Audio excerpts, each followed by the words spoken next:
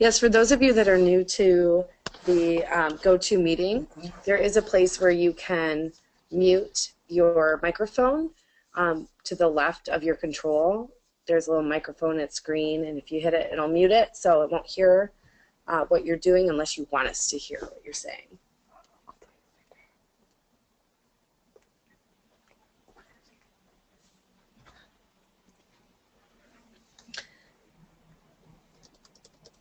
Is Cindy on the call yet, do you know? Doesn't look like it. Not quite. Okay. Sometimes she phones in, but usually we can still see her name. So far I see there's a Jenny Carino, Kate Carroll, Kathy Scott, and Katie Zarelli. Yep. And you, of course. All right, well, it's 7:02, so we can get started with what we're doing. Dani, do you want to explain how this came about? Sure, and you can keep the screen for now, though. So a webinar is a concept that I stole from a National Forensic League, who probably stole it from someone else too. But it's a low-cost way to have workshops, basically, because you can do it from your phone anywhere or a computer anywhere. And MIFA already has purchased the GoToMeeting subscription, so there's no extra cost to attend, or that's passed on or added on to the program at large. And you can have any topic under the sun. So if you are requesting, if you have some requests, send them to Steve or send them to Danielle or myself, or anyone. It'll get filtered in there. A couple things about GoToMeeting if you're not familiar with it, and Danielle, you will need to, hey Doug, you will need to use your mouse to show this. On the GoToMeeting toolbar, down about 2/3 of the way, there's a button that says Chat. Can you highlight that, Danielle? Or not highlight it, but just go put down there, and then you can type a message in there. So just type something, whatever, Danielle. And then if she wants it to go to the entire audience, which for the purposes of this, please do, and then click send. Yeah, exactly. Jenny put one in there. What is tonight's agenda? Yeah.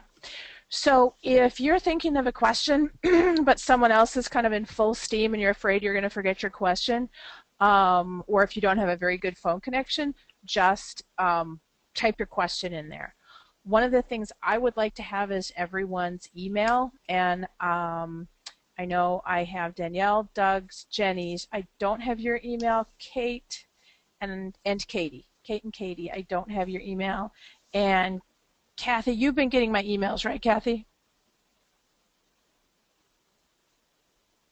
Yes, I have.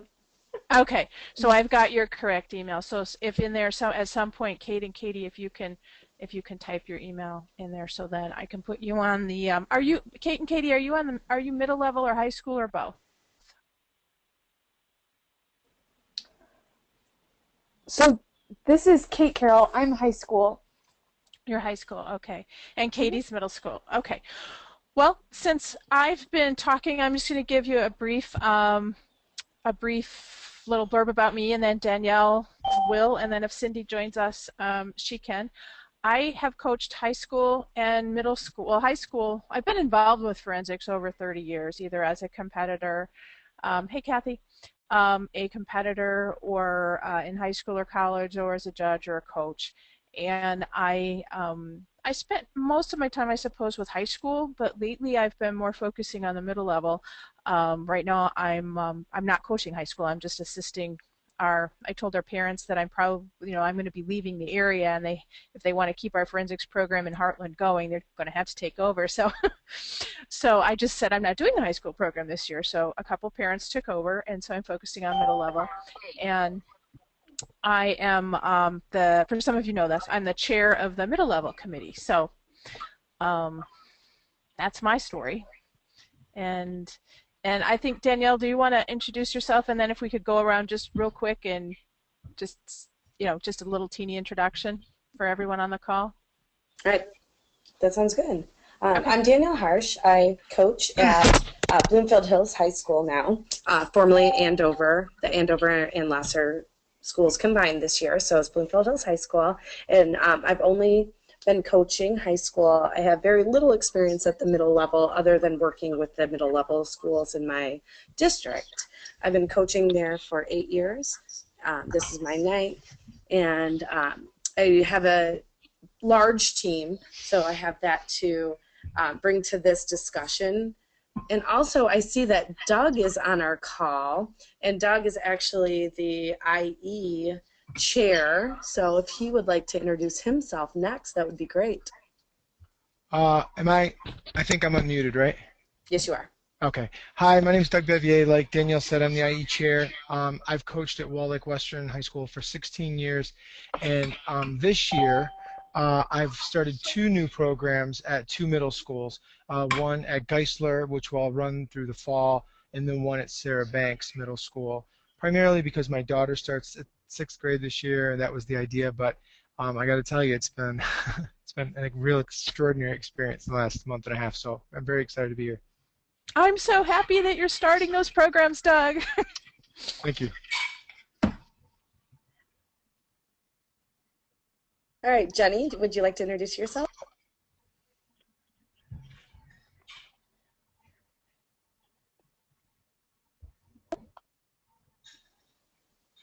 Okay, or maybe Kay Westerland.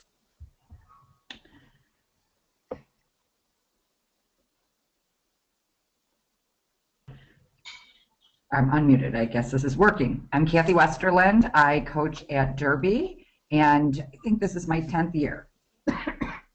Oh, excellent. How about Kate Carroll?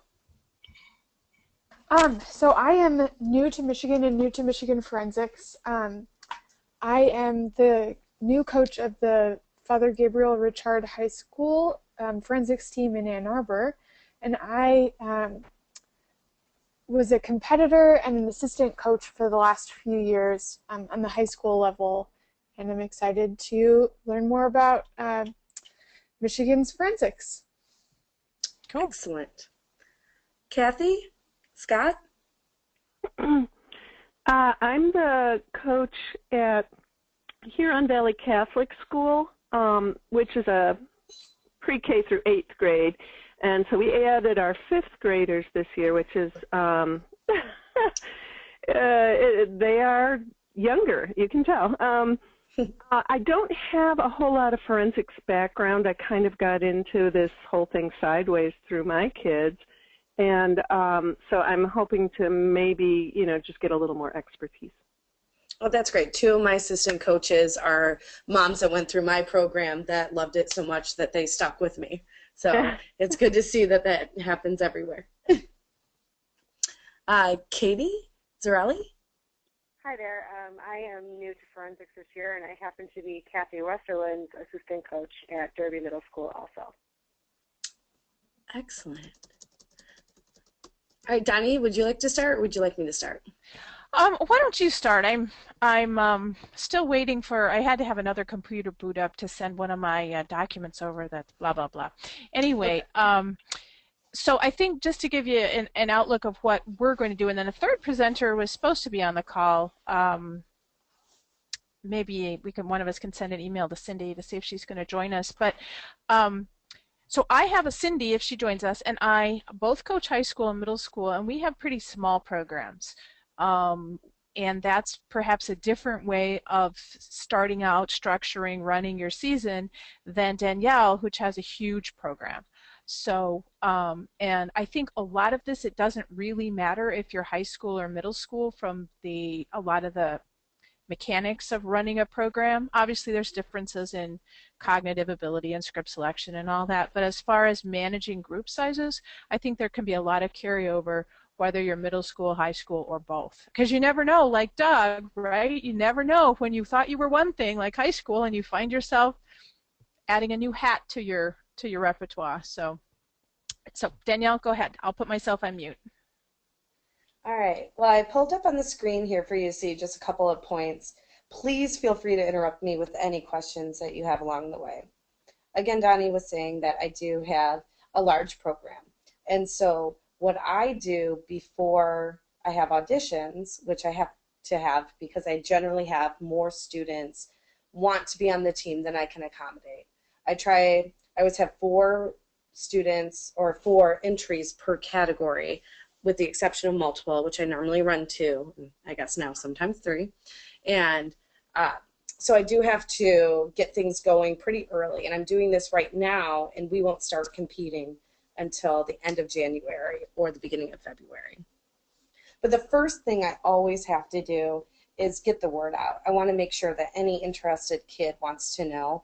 And as we know, high school and I assume middle school students don't necessarily get the message the first time.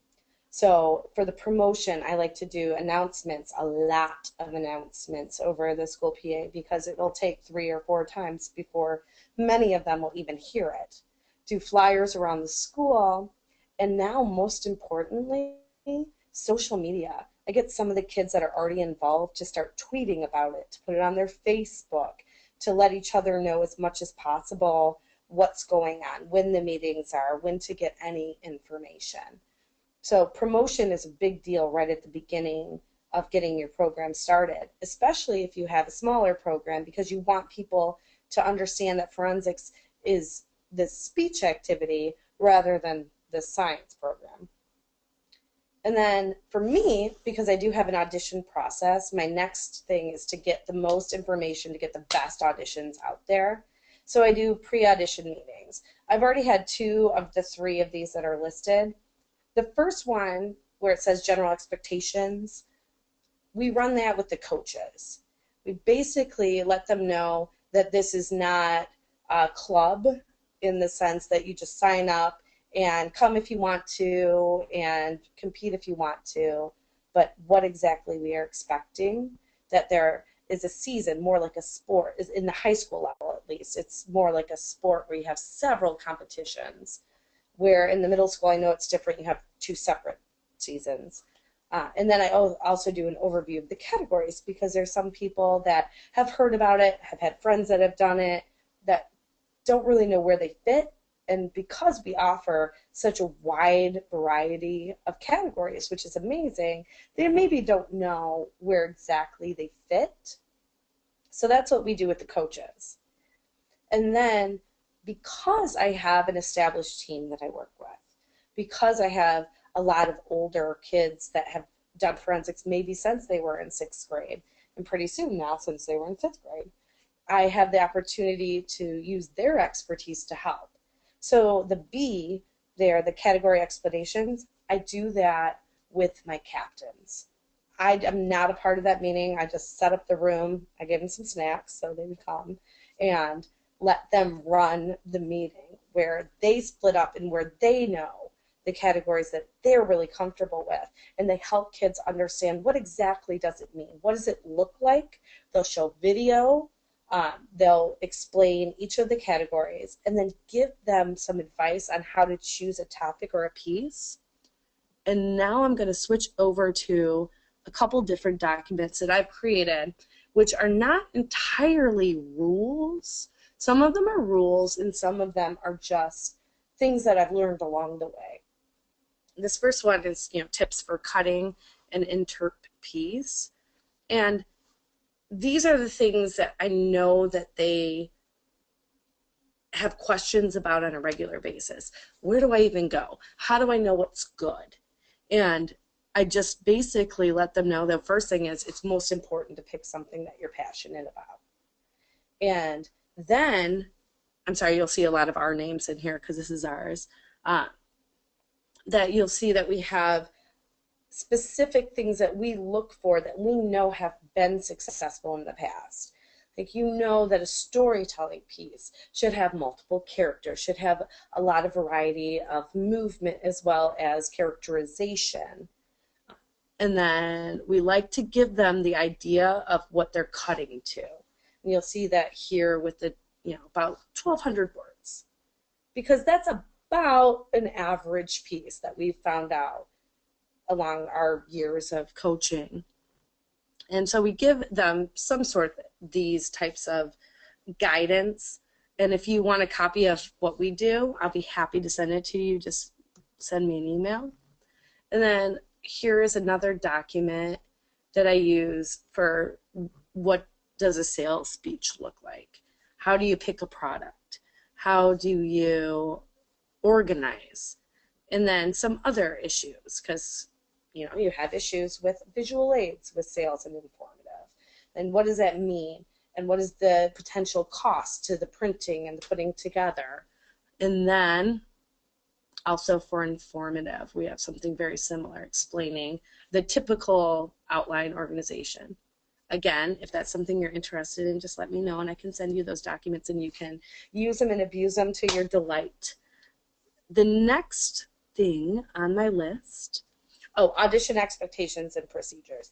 This may not be applicable to everyone, but because we do have an audition process, it is important for us to explain what it is that we want to do for an audition, and that gives us the opportunity to see them at their very, very best so that we can choose the team. And I did pull up my audition form, which you'll see not every student that auditions for a specific category is placed in that category, but they're given the option to, I don't know if that works, it doesn't here, to say what they're willing to be considered for.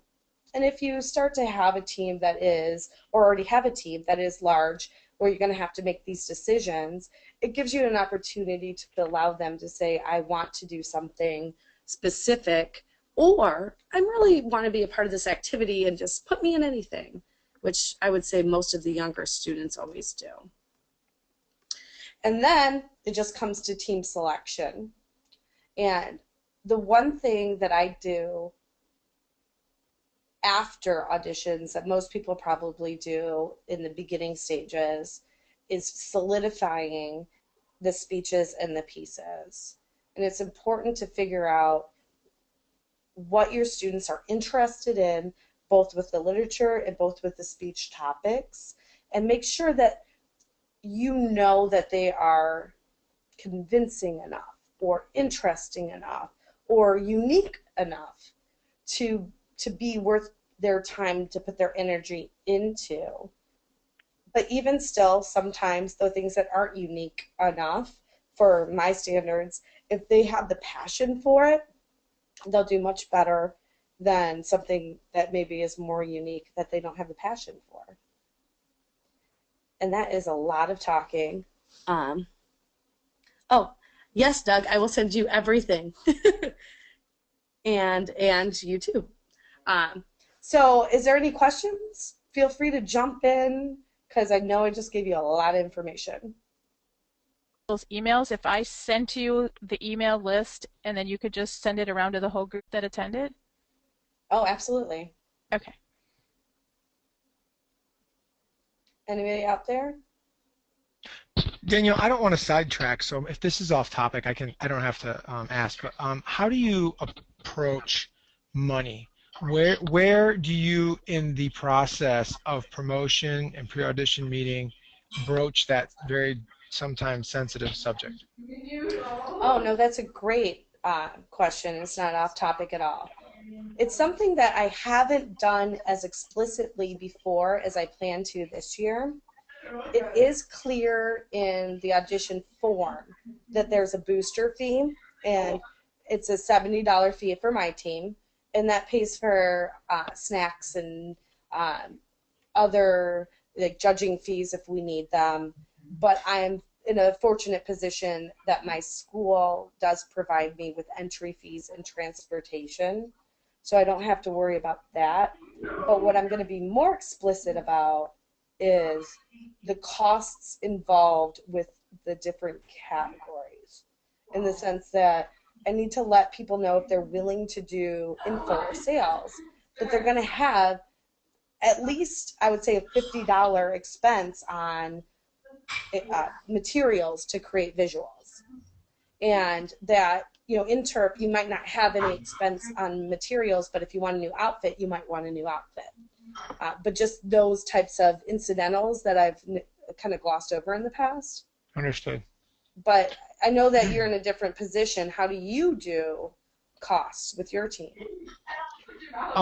I cover it at the pre-audition meeting. Now, I like that you do 3. I only do 1, and I think I bore the tears out of them for the first half because I have a PowerPoint and I'm all like facts and stuff, but I go over the money. But I just raised it again this year. I'm at 165. But again, we're covering transportation and we're covering registration fees. And so I just have to make it explicitly clear, that it can be pricey. Plus, like you said, visual aids, some kids look at them like a death capital punishment because they're like, it's so expensive to do. So it really has to be a passionate thing that they want to do. So I was just wondering how you did it because, any good ideas, an idea I'm willing to steal. Our financials are pretty good for school support, but we do make sure that we have explicitly told them that at least there's a $70 booster fee, and we do have another fee if they make it to states, and that's another normally about $75, and Right. we let them know that at that point. Understood. But it is important to get that out there in the beginning so that they're not blindsided by other costs. Cool. Thank you. You're welcome. Does anyone else have any questions for me? It doesn't have to be about anything I said. Hey, Doug, can you mute your phone again? Or mute your line? Yeah. It's not me, though. Oh, it's not you? Oh, okay. Sorry. I don't think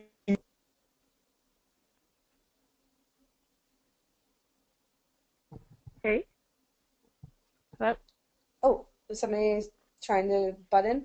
I didn't hear you. Kathy, did you have a question? No, it's just everything went quiet, and I thought it went away. I know, Oh, I okay. thought so too. Well, I see Mia is joined us. And Mia, we're not going to probably all introduce ourselves all again, but why don't you just, not to put you on the spot here, but just tell us just a brief blurb about you. I know, but the rest of the group would want to know, just a little bit of background. I guess I'm not sure what kind of background you guys are interested in, but my name is Mia Morandi. I am 23 years old, and when I was competing, I did compete in forensics. I competed through high school at Seaholm, started as a sophomore and went through senior year. And from there, I kept in touch with my high school, and actually even the high school by my college. I went to Albion. And Oh, go Brits! Oh, yay!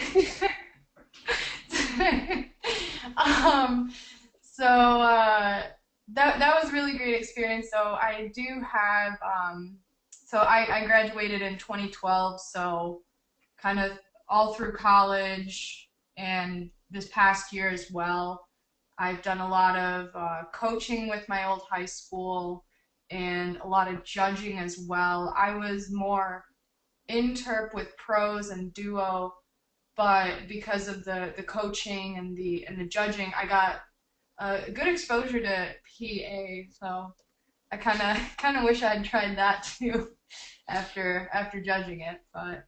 Yeah. Mia has just, or at least maybe you've known this for a while, but I was just introduced, and she is the new middle level coach at Orchard Lake Middle School.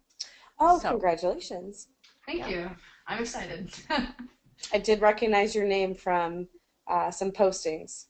Oh, oh, that's funny. Thank you. So Mia and anyone else who joined us after we talked about this, if you're looking at your the part of GoToMeeting that has the attendee list, look to the bottom of that, and there's a message box there.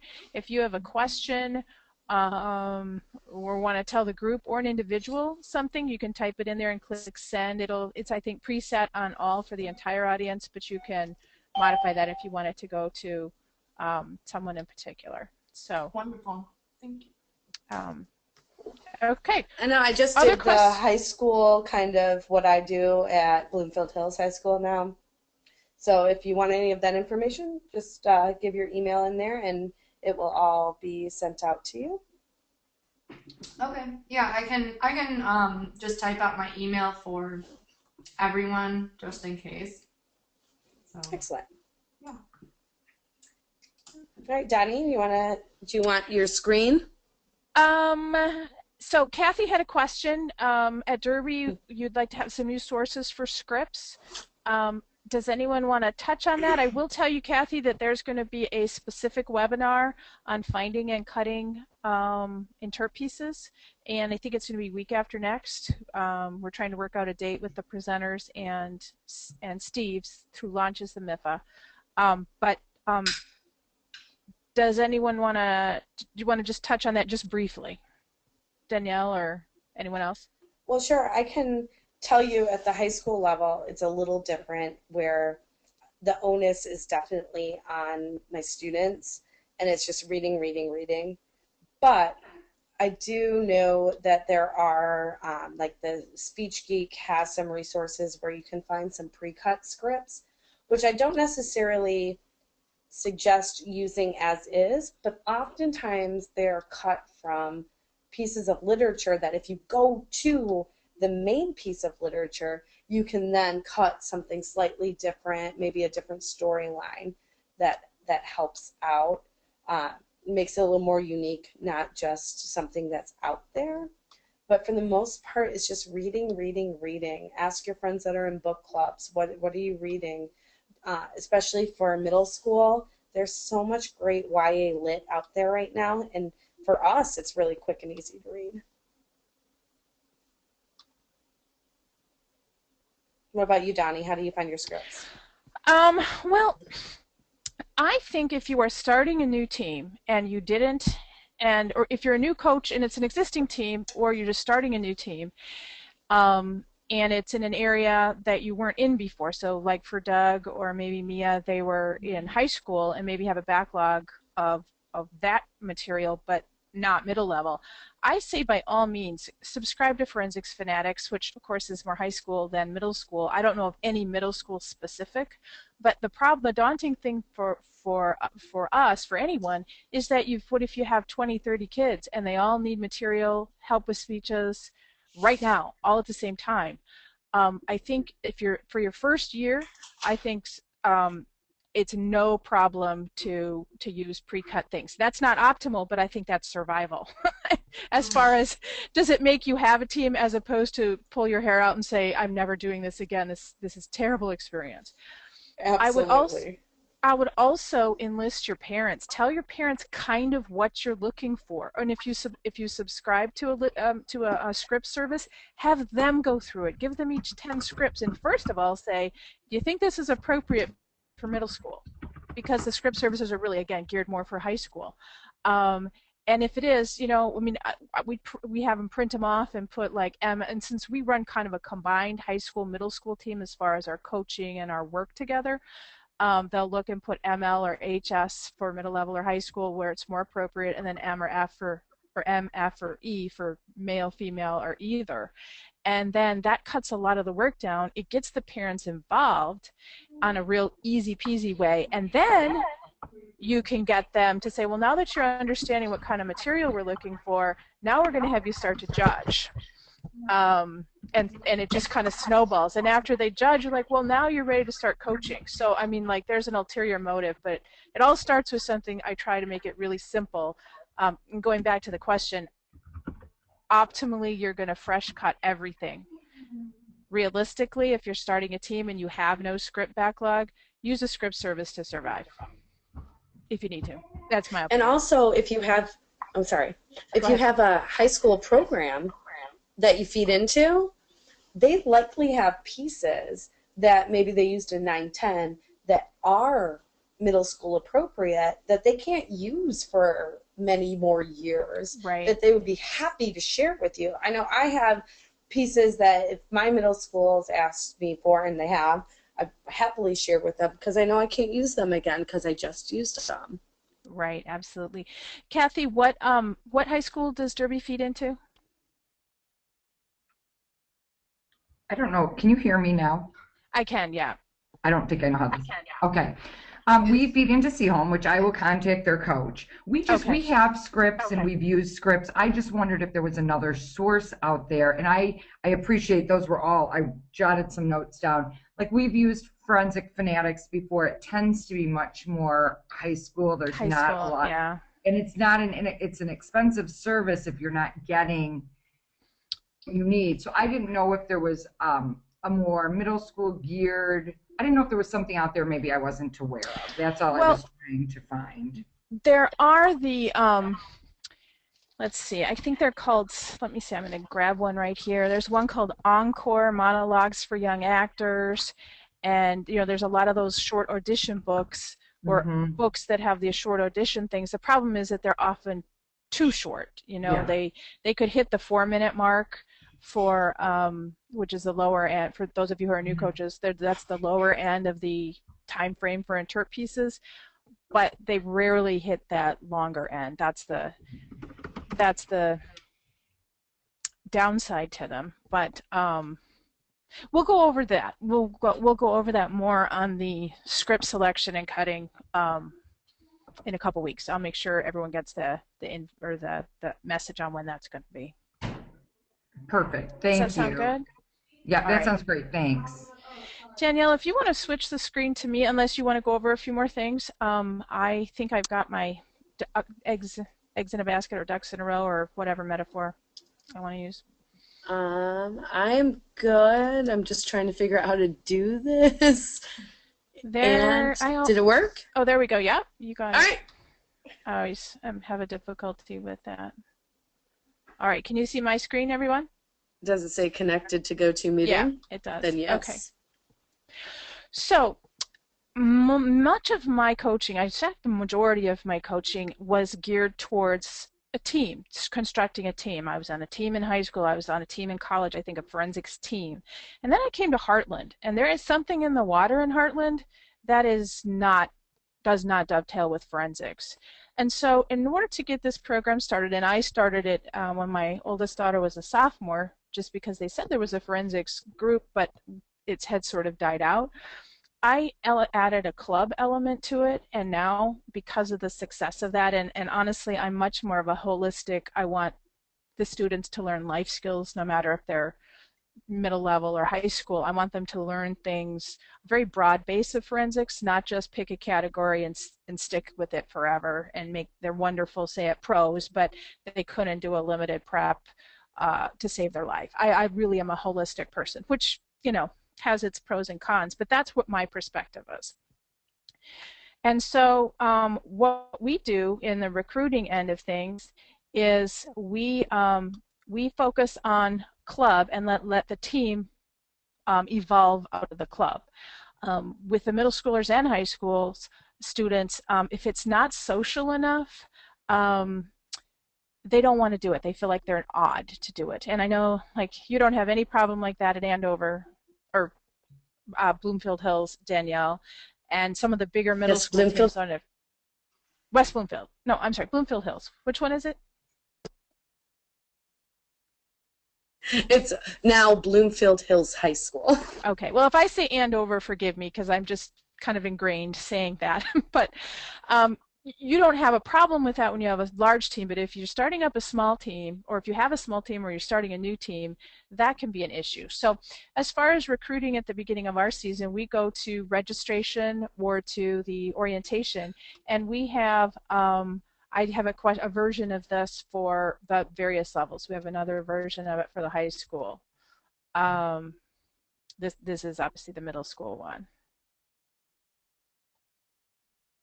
And, some of the things we lump together, like debate is not a category, but I don't need to get into too many deep semantics because it's a style of speaking. And improvisation is not something that is a category we compete in, but we do some of that in practice. So we just kind of lump it together, even though MIFA-wise it's not entirely accurate as far as everything's a category.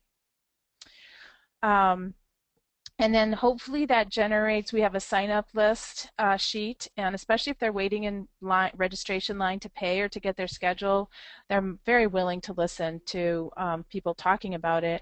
At the middle school, we have a big give back type of thing, and our high school students are pretty much required, not technically required, but pretty much they just know that they give back to the middle school program. They come over, they help coach, They help recruit at registration. They mentor. They just it's a real good synergy. They're also proximity-wise, they're right across the parking lot, so it makes it very easy for them to come over. Then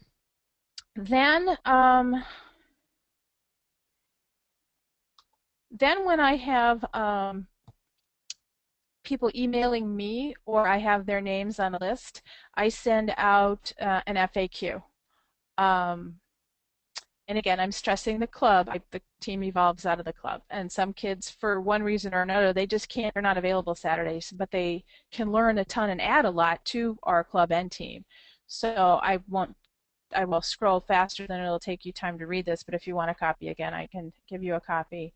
And this is, like a lot of you, even if you've had a forensics team for a while, they think of forensic science as forensics. And, they think, I still have kids, even if I send this out, I have parents who don't tell their kid and they come in expecting microscopes and blood trails. But at least for those who do read it, here's the FAQ. The way we handle our money is we have a $50 participation fee for the club, and then the kids pay for their own tournament costs, including the judging. And we don't have transportation. We don't really have anything provided for by the school, although if the principals have enough in their fund, they will pay our MIFA fees. Sometimes they can, sometimes they can't. So we are really completely self-funded. We have formed a boosters, and it's a nonprofit. It's not large enough that we've had to get 501c3 status yet, but it's heading there actually. So we will probably have to do that paperwork this year. But that is what we give out. And we also have student folders, and this goes in the folder. So are you guys hearing me okay? I know I'm kind of talking a lot. I'll say my piece and then I will be quiet for questions. So, but you guys can hear me okay? I see that Kay Westerland is asking about when that webinar about the pieces is going to be.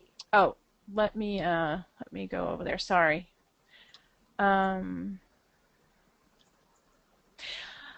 The other webinar, Kathy, in a couple days, as soon as Steve and the other presenters can coordinate a date. It won't be next week, I don't think. I think it'll be the week after. But have you been receiving my emails from the middle level? If you have, you won't. Yes, thanks a lot, Donnie. That's perfect. Okay, great. Yeah. And also, I'm going to plug in for the MIFA. I'm sorry, the MIFA website. You should try to sign up for your forum of whatever level or whatever event you do, because they do a lot of posting on that, and it'll email you when there's something new for the most part. So if you're middle level, there's a middle level forum, there's a IE forum, like to let you know what things are coming up in general. So if you're not already signed up for that forum, I would go to MIFA and do that as soon as possible. And how about if you're middle level and need help signing up, email me. If you're high school and need help signing up, email Danielle. Is that fair? Is that okay, Danielle? That sounds great. Okay.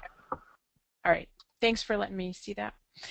Okay, so then I also have a categories in middle school handout, and I make it, pretty brief. And even if they're just in the club, and we do a broad base of skills, they still select one public address or one interp category to be what they're going to focus on for that semester. We do a fall session for middle level club and a spring session. And this, the first year I handed out the ballots for each category, and that was pretty much a disaster because no one could understand them. The middle level kids couldn't understand them. And I don't think the high school kids bothered to read them. So this is, just very, very shortened. Now what I do is, because we have a small team, I don't let them do partner categories until, or multiple category, until they have something competition ready in their individual categories, because I've had too many times where one person backs out and the other person's left not being able to compete at all. And yes, they could do both sides, both characters in a DI piece, but that's just my role through painful experience. I have them have competition ready on something they can do alone, and then they can do their duo or multiple. Okay.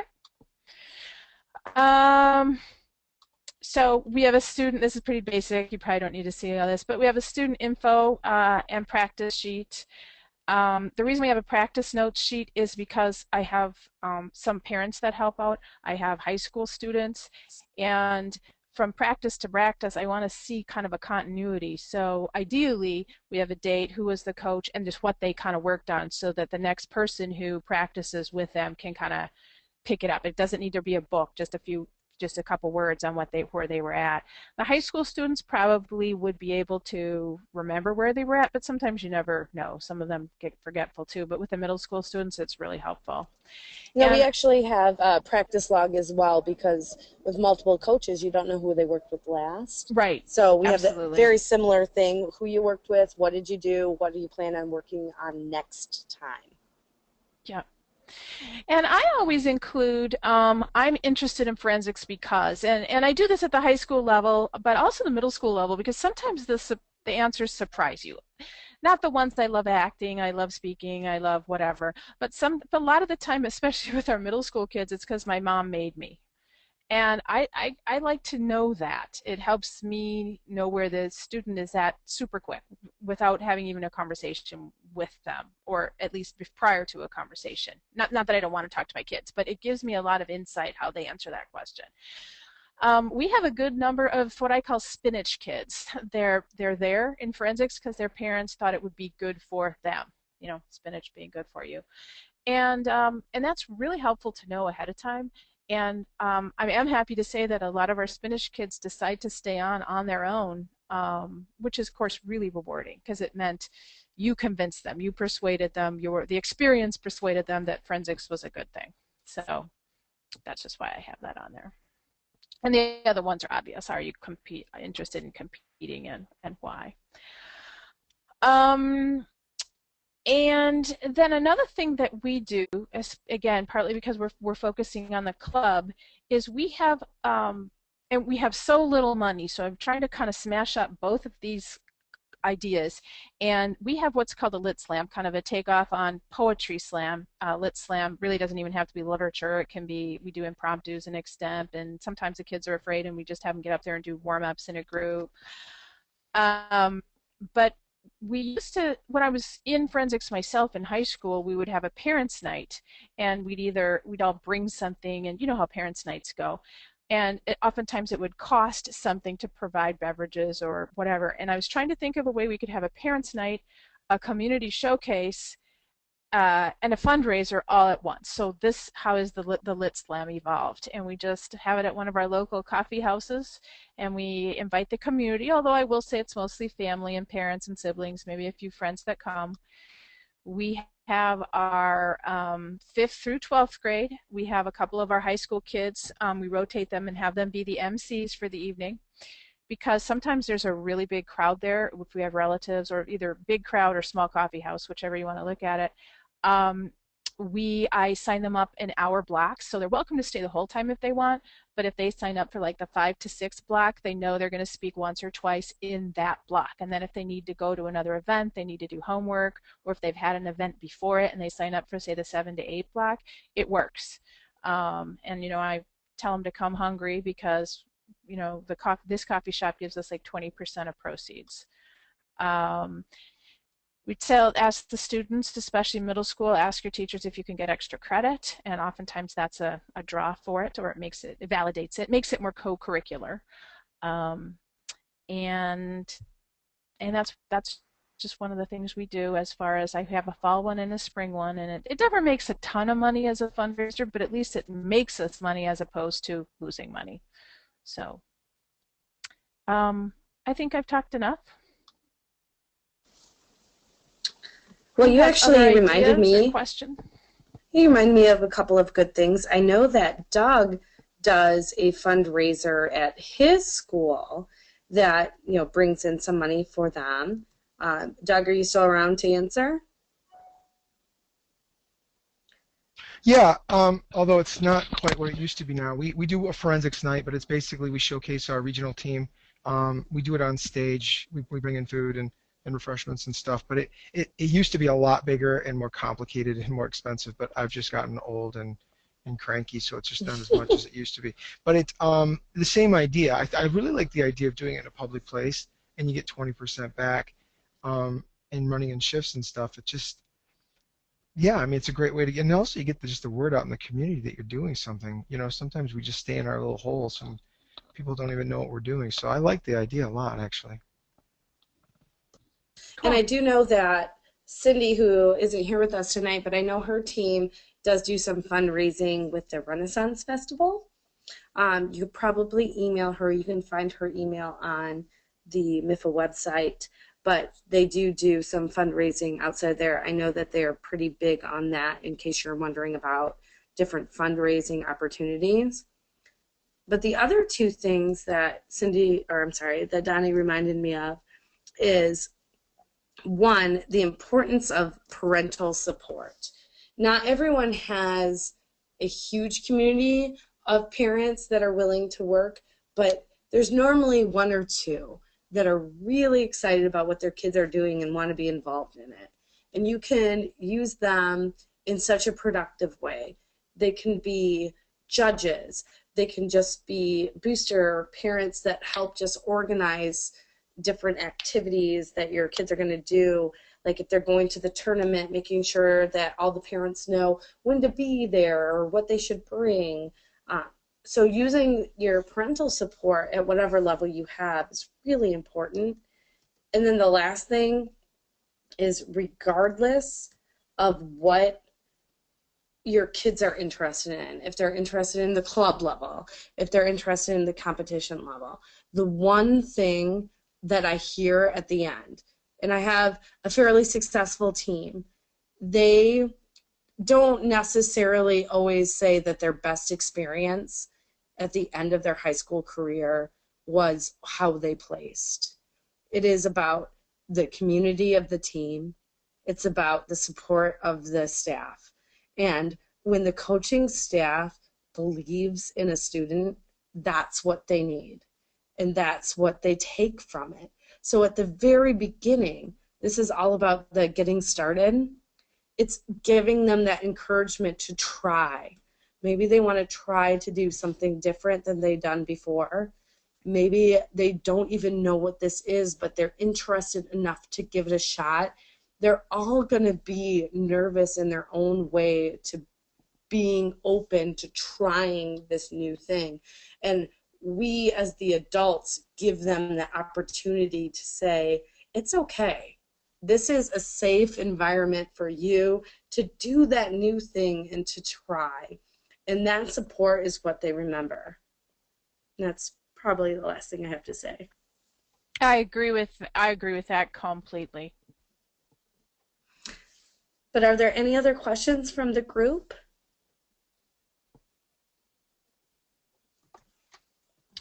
I have a quick one. So I've got, I'm ahead. so sorry.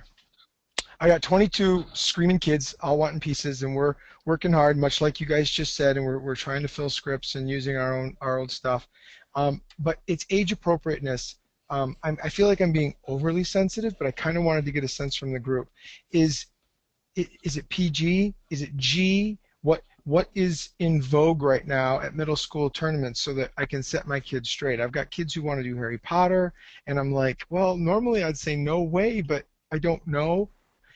And so I'm just kind of like, what should I be steering towards when it comes to like age appropriateness, and also like what's overdone? Well, let me take that, since I think that you're talking about middle level questions. I am. I apologize. High Yes. You know, appropriateness is a lot determined by your district. Heartland is pretty conservative. Roper, they're more experimental, just to kind of two different ways. What I would do is ask some middle level or some middle school teachers what kind of stuff, if you could have one of the English books, if they still have books, most things are online now, but what kind of material are the kids, you know, it's not just for reading comprehension level, but what kind of material is suitable for your district, if you have that time. And if not, ask the kids to bring in a reading packet. A lot of our kids have like stapled copies of short stories and poems and stuff that they have in their language arts folder. That gives me a good guide without having to go to the, like the district curriculum guide. Because there is not one answer to that question. It a lot depends on your school, your district.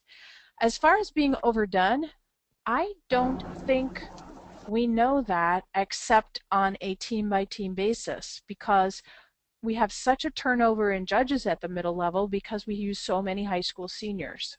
Okay. And they don't judge from year to year to year. So the good part of that is that it's harder to have something overdone because your judge pool is so much broader than it is, say, at high school states or regions. The middle level committee has, I brought up to them, why don't we create a cut list? And I think we talked about that at the Forensics Council meeting too for the high school, and I think the high school actually has a cut list, but to ask for titles and authors, not the actual cutting, but the titles and authors, so that that coaches kind of see what's being done and what's being overdone. It doesn't give a real advantage because it's not, unless it's a super, super short story, you're not giving away the cut, you're just giving away the title and the author. I would say, and this is kind of a long answer, so I'm going to do 30 more seconds and then I'm going to stop. I would say if it has been a recent movie, probably stay away from it no matter how wonderful the literature is. Because chances are your student, when compared to whatever actor or actress did it in the movie, is not going to compare favorably. That was my answer exactly, but I just wanted to get a sense of where it stood by someone who knows, so that's great. Thank you very much. So we have a script library on the MIFA site too, and I'm not going to probably switch over to it right now because we don't have that much time left. But anyway, if you go on the MIFA site under the middle level tab and look for script library, we're starting to fill it out. So middle level coaches, if you can make submissions, that would be great. But one of the ones on there is To Kill a Mockingbird. And I can't tell you how many kids do that piece because I haven't been judging prose. I've been, running the tournament for the last few years or co-running it. But To Kill a Mockingbird has not been a movie in quite a long time, unless I'm not aware of an updated version. So, and there's so many cuts that you could do from that. You could probably do that even though it's a really well-known piece of literature. I wouldn't do anything from Hunger Games. I probably wouldn't do anything from Harry Potter. That's too iconic and still too recent, even though it's been a few years since it's been out. I would use the movie as a big guideline, though. Other things, if you're new to coaching, and not to go ahead. I was just going to say, not just because Doug is saying this, but I would say talk to the librarian or the media center specialist at the schools or at your local libraries, because they know really good age-appropriate material often. So they are good at picking up that. And I say that because Doug's wife is my media center specialist at my school. Okay. She steals so much stuff from me. I'm kidding. That's great. Thank you. That's a great idea. Thank you very much. Good answer. So Jenny, are you on the call?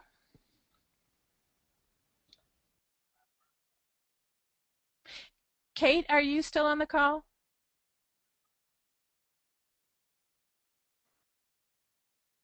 You might have to, you guys, I'm going to kind of go down the list. You might have to unmute yourself.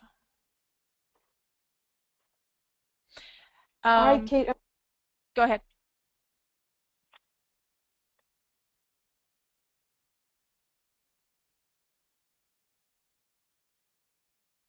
Yes, Kate, you were starting. Oh, I'm just still on the call. Sorry. Okay. Give us a question or something that you're thinking about or wondering about your program. I'm going to kind of call, since we've got about 5 minutes left, kind of ask everyone, what's one thing that you're wondering or want to know how someone else has done it?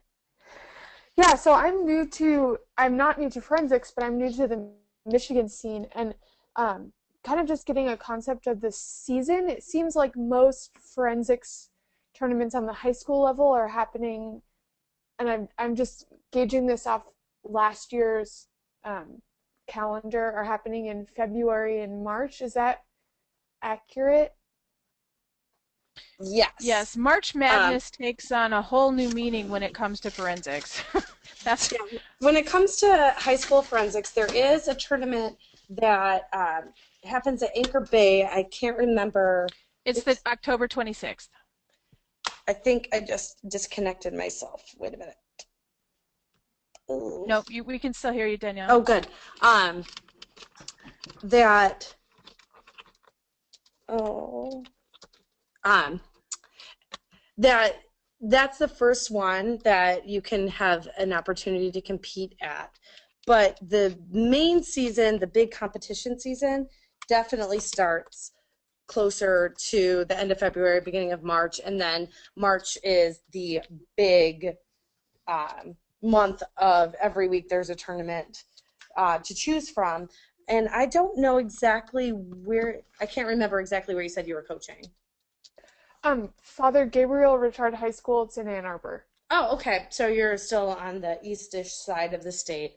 There's many opportunities that I know because that's where we compete over on this side of the state that you can go to. I actually have a Google Doc started with the competitions that I know of, and I'll be happy to share that with anyone who's interested. And if you know of other tournaments, let me know. I'll add it to it.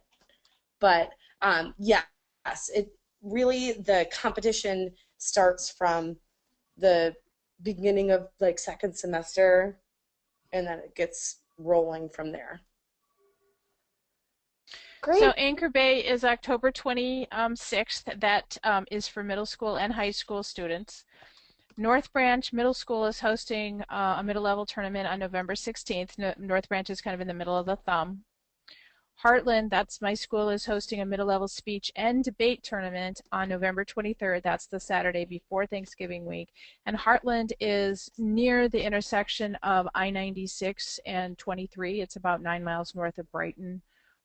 So it should be pretty central for most everyone to attend if they have a middle school program. And if you're a high school program, you're welcome to come and just help us out if you want to.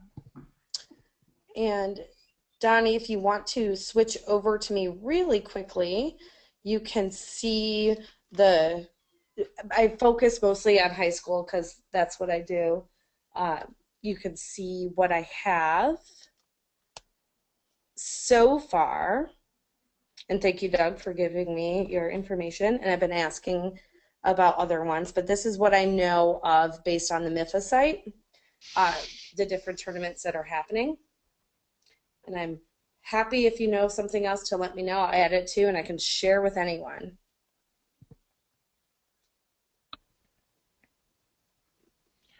Danielle, please pass that on to me. That is awesome. Very organized and clean. Weird, right? I know, it's awesome.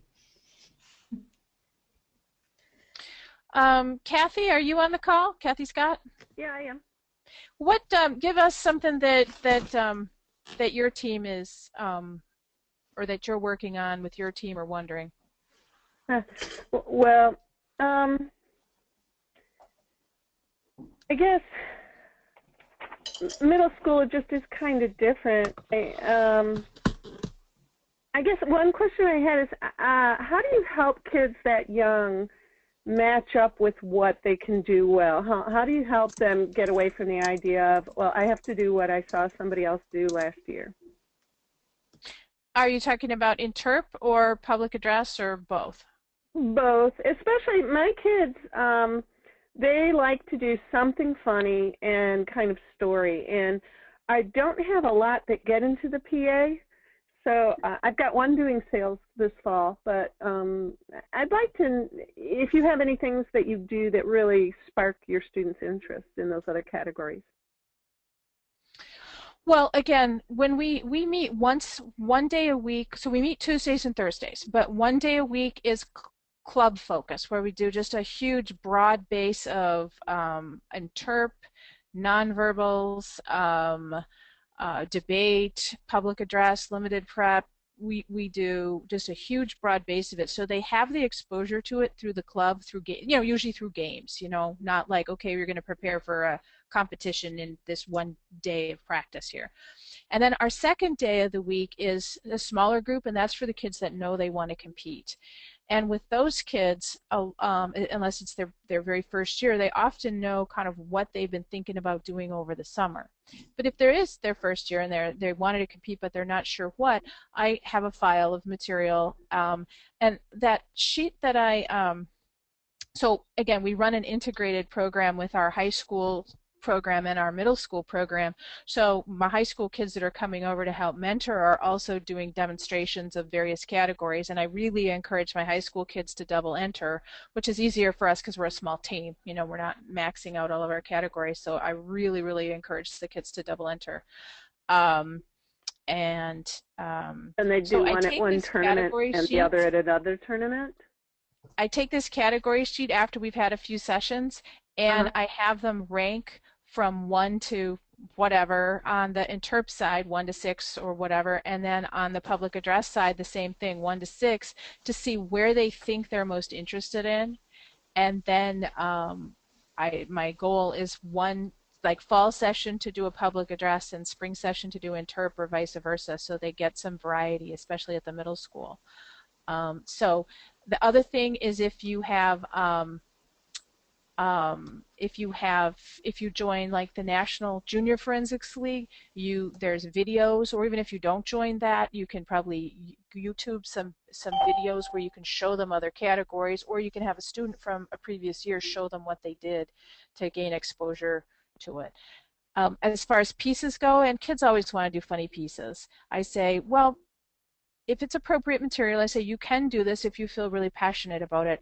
I'll tell you though, funny doesn't usually win.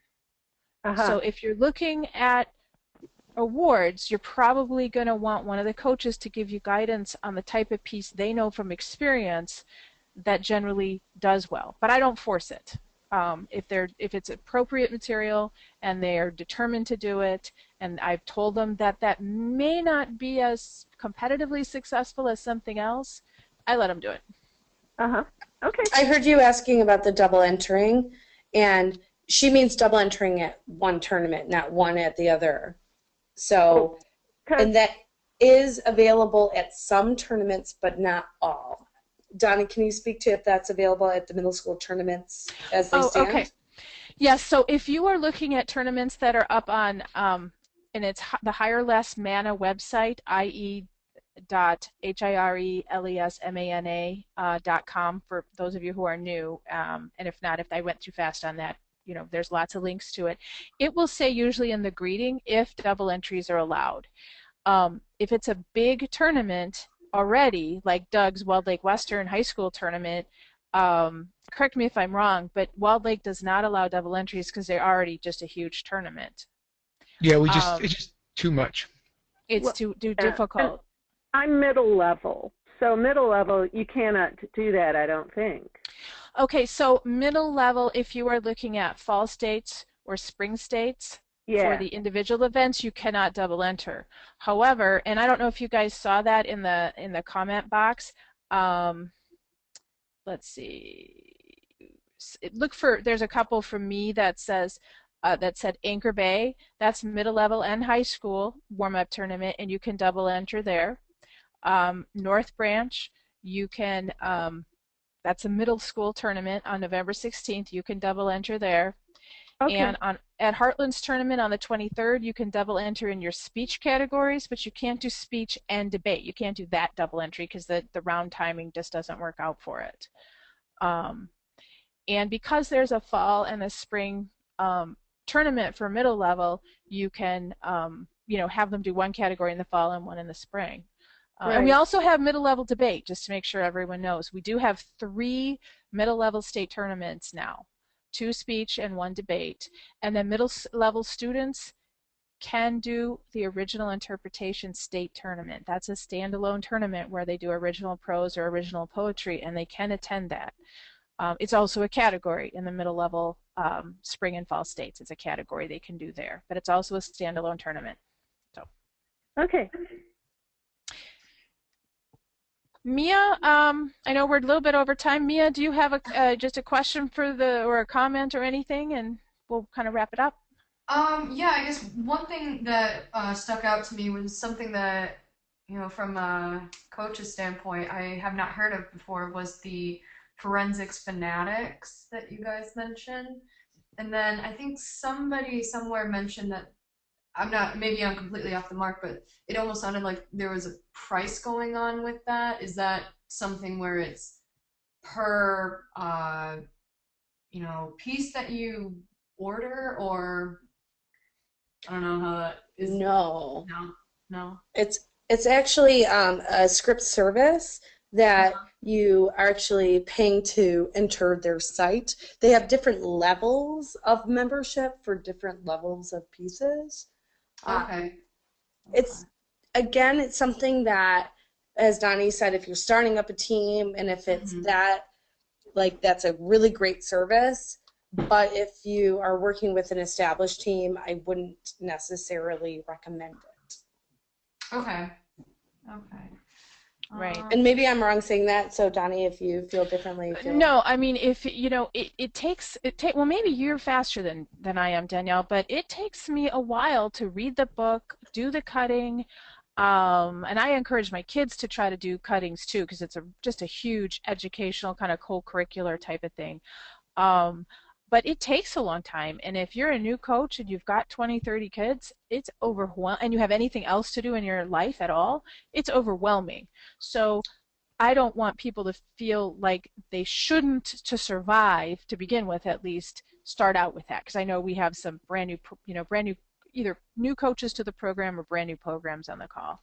No, I totally agree with you that when you're there, but I'm at the high school level, it really isn't on me to read and cut as much as it is for middle school, because you can guide them in it, but it's a much different experience when I have students that understand literature at a slightly higher level, not much higher, but enough that they can at least find something to bring me. Absolutely. Unfortunately, really the classic literature that might be, and people might disagree with me here, but you tend not to see very much Shakespeare done, or the literature that is amazing literature, but as far as from a competitive standpoint, you hang on one second. Hang on everyone 1 second. One of us needs to get her. Okay, so I'll pick up on this. Sorry, go ahead. When it comes to the classic literature, lots of times, especially when she says Shakespeare, think about every time you've gone to a Shakespeare play. It takes you 10, 15 minutes to get into the language. You only have at most 8 minutes to get into that language. So it's very difficult for you to even teach somebody, even if they're doing a wonderful job interpreting that literature, for the audience to be able to pick up on it in that maximum of 8 minutes. And when it comes to other classic literature, people have preconceived notions about what it should be or what it ought to be in one way or another, whether it's amazing classic literature or a movie that just happened. They see that actor or they see what happened in their head. So it's almost better to pick something that is written well, but unknown or lesser known, in my opinion. Yeah, that's a good guideline. And there's always exceptions. All these are just generalities, because a couple years ago at Prose Class A finals, there was a young man who did Charlie Gordon Flowers for Algernon cut, and that would be considered kind of an overdone or very well-known piece. And I think he ended up finishing second at state because he just was Charlie Gordon. You just looked at him and you couldn't see any other person except Charlie Gordon. So I was saying, if you had a dead ringer for Harry Potter, don't mark in a Z scar on his forehead. But you might be able to get away with it. So these are just guidelines. But the whole idea is that if the kid is passionate about it, let them do it, because they're going to do a better job with the passion than they will with a unique piece that they're not passionate about. but always try to steer towards something that will show their talents, that they won't be compared against the performer that did it last year, or the movie that just made, or the book that they read when they were 13 and is in their heart forever. Like, you don't want them to compete against that invisible competitor. And that's what you should steer away from. Unless they really want to do it, then let them do it. It's about their experience, not about the trophy. It's not about the big win. It's about what do they learn from it. And if they're that passionate about it, go for it. And I would guess, we're kind of straying into the Interp webinar, but when you are guiding them, I would urge you to consider their performance stage. So before Hunger Games became a movie, a lot of the kids were reading the book, and I had a student want to do Hunger Games, and it was, this is before the movie, this is really early on, and I thought this is really an interesting storyline, but imagine trying to show that to an audience when you're up in front of a classroom, and there's no special effects, and there's no sweeping multi-angle cameras. It becomes a challenge to make that happen, I think. It's like, try to imagine, if you aren't familiar with Hunger Games, try to imagine like Braveheart. I mean, it's just a sweeping epic. Now, there might be parts within a movie or a book like that work, but as a coach, consider your stage is going to be a classroom with no props and no costume, and that helps it helps guide a little bit, I think. All right, so Kate and Mia, do you have any more questions? If not, I think we're done for the night, and you're more than welcome to email any of us involved to get some more feedback or post on the MIFA forums. But if you have any questions, let us know. I think I'm all set. I really appreciate everyone's. Thank you so much for all the information. Oh, Cool. you're welcome. Awesome. Thanks All for right, well, attending. have a good night. And thanks for coming to this first webinar that I know of. All right, bye everyone. Bye-bye.